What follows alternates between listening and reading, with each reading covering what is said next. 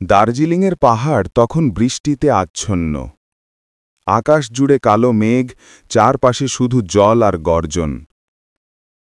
সেই সময়েই বাগার ফার্মস্টের এক কোণে একা তাঁবুর ভিতর বসেছিল হিমাদ্রি পুরকাইত, ডায়মন্ড হারবারের এক প্রকৃতিপ্রেমী তরুণ, পাহাড় আর নদীর বন্ধু। গতকাল রাত 2:20 হিমাদ্রি শেষবারের মতো ফার্মস্টের মালিকের সঙ্গে যোগাযোগ করেছিল। বাইরে তখন বজ্রপাত, নদী ফুলে উঠছে আর ঝমঝম বৃষ্টি যেন পাহাড় ছিঁড়ে নামছে।